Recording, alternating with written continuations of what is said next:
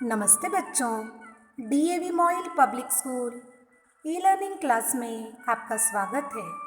मैं हिंदी अध्यापिका अंजलि राघोरते।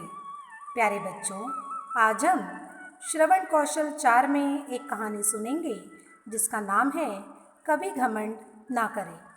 आपको इस कहानी का श्रवण एकाग्रता से करना है और गूगल लिंक में दिए गए सभी सवालों के जवाब सावधानीपूर्वक हल करने हैं। तो आइए बढ़ते हैं कहानी की ओर। तो बात उस समय की है जब स्वामी विवेकानंद शिकागो गए थे अपने लोकप्रिय धर्म सम्मेलन के भाषण के लिए। जब वे भारत वापस लौटे तब उनकी चर्चा विश्व के हर देश में हो रही थी। सब लोग उन्हें जानने लगे थे।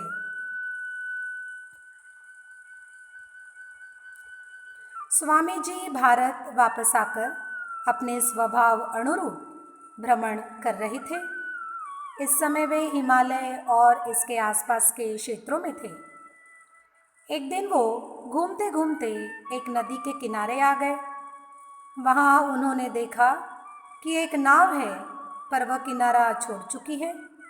तब वे नाव के वापस आने के इंतज़ार में वहीं किनारे पर बैठ गए। वहाँ पर एक साधु आया और स्वामी जी को अकेला बैठा देखा तो उनके पास आकर उनसे सवाल पूछने लगा। साधु ने स्वामी जी से पूछा कि तुम यहाँ क्यों बैठे हुए हो? स्वामी जी ने जवाब दिया कि मैं यहाँ नाव का इंतज़ार कर रहा हूँ। साधु ने फिर पूछा, तुम्हारा नाम क्या है? स्वामी जी ने बताया कि मेरा नाम विवेकानंद है। साधु ने स्वामी जी का मजाक उड़ाते हुए उनसे कहा, अच्छा, तो तुम वो विख्यात विवेकानंद हो जिसको लगता है कि विदेश में जाकर भाषण दे देने से तुम बहुत बड़े महात्मा साधु बन सकते हो। स्वामी जी ने साधु को कोई जवाब नहीं दिया। फिर साधु ने बहुत ही घमंड के साथ नदी के पानी के ऊपर चलकर अपनी शक्ति का प्रदर्शन किया। कुछ दूर तक चलने के बाद साधु ने स्वामी जी से कहा, क्या तुम मेरी तरह पानी पर पैदल चलकर इस नदी को पार कर सकते हो? स्वामी जी ने बहुत ही आदर और विनम्रता के साथ साधु से कहा, इस बात में कोई शक नहीं कि आपके पास बहुत ही अद्भुत शक्ति है, लेकिन क्या आप मुझे एक बात बता सकते हैं कि आपको यह असाधारण शक्ति प्राप्त करने में कितना समय लगा? बहुत ही अभिमान के साथ साधु ने जवाब दिया, यह बहुत ही कठिन कार्य था। मैंने 20 सालों की कठिन तपस्या और साधना के बाद यह महान शक्ति प्राप्त की है। साधु का यह अंदाज उसके उत्तर देने का बहुत ही अहंकार भरा था। यह देखकर स्वामी जी बहुत ही शांत स्वर में बोले, आपने अपनी जिंदगी के 20 साल ऐसी विद्या को सीखने में बर्बाद कर दिए जो काम एक नाव 5 मिनट में कर सकती है। आप ये 20 साल निर्धन बेसहारा गरीबों की सेवा में लगा सकते थे।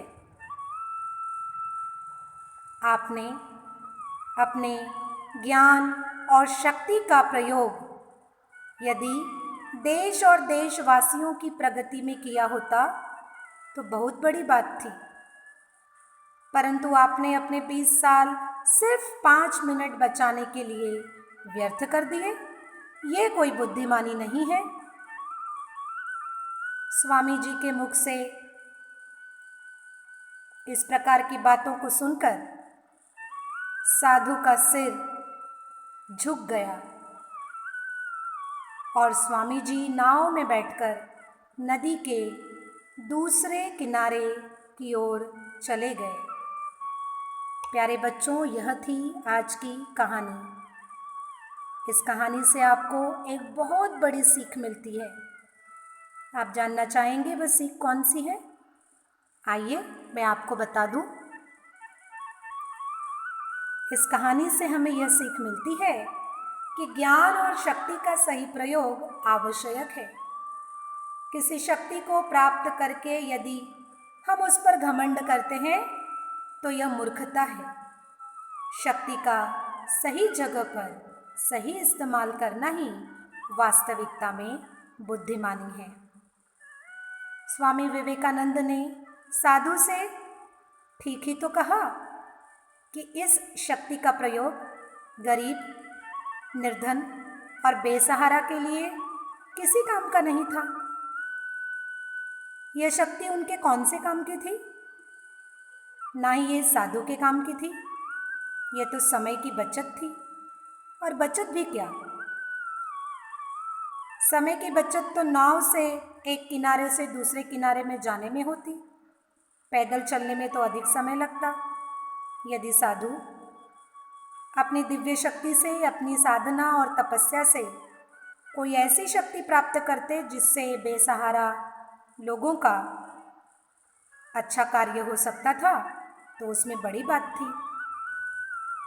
तो बच्चों, आपको भी ध्यान में रखना है, ज्ञान और शक्ति प्राप्त कीजिए, लेकिन ऐसा ज्ञान और ऐसी शक्ति जिसका प्रयोग आप अपने लिए और औरों के लिए भी कर सके तो बेहतर होगा।